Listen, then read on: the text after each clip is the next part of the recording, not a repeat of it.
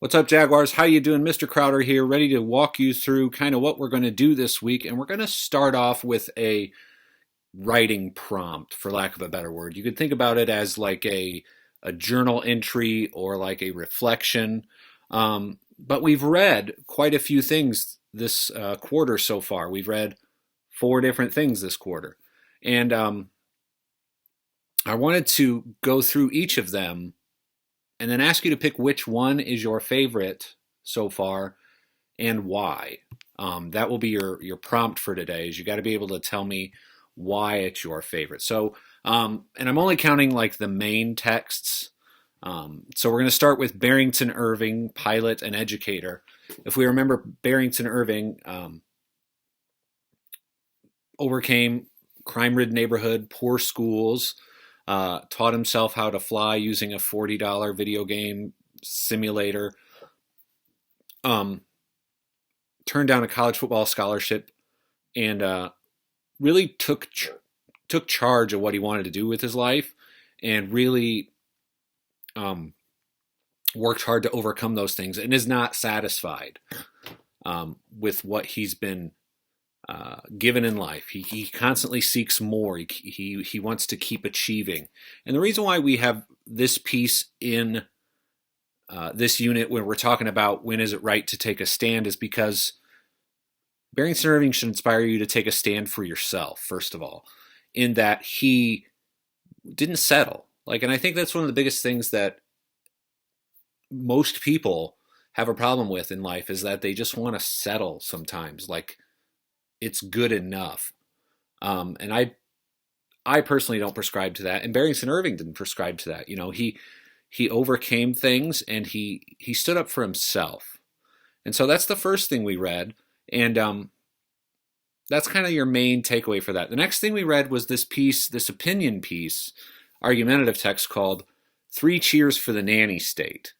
Now, the next three pieces we're going to talk about, the three texts that we're going to talk about, all apply to the same general argument. And Three Cheers for the Nanny State, if you remember, a nanny state is a form of government that treats its citizens like a nanny. So they are told what to wear, what to eat, et cetera, et cetera, et cetera. And so the argument that the author was making here, and remember, when I talked about it, I didn't think it was very good, but that he says that the government should step in and ban large sodas. This refers back to Mayor Bloomberg back about, 5-6 years ago, was trying to ban 32-ounce and larger sodas. And this guy was all for it because he didn't feel that we were responsible enough. And I also said that I don't think he made a good argument. I think he could have done much better by citing, facts. But this is just simply an opinion piece. And then the next two pieces that we read take the opposite side of that argument, but they do it in different ways. And the first one is ban the ban, which flatly, as the name states, says that we should just ban banning things, that we shouldn't have a ban on anything, that it should be up to personal freedom. The government should play no role. And when they do play a role in trying to legislate what we eat or drink, things like that, that they're overstepping their bounds.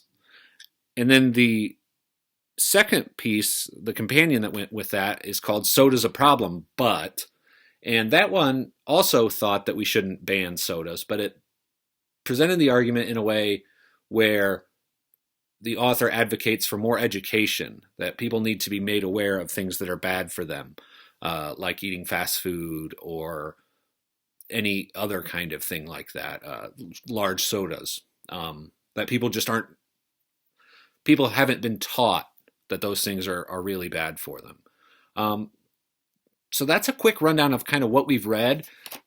And I understand that what we're talking about here with banning soda, about these people standing up for, yes, ban it, no, don't ban it, might not be the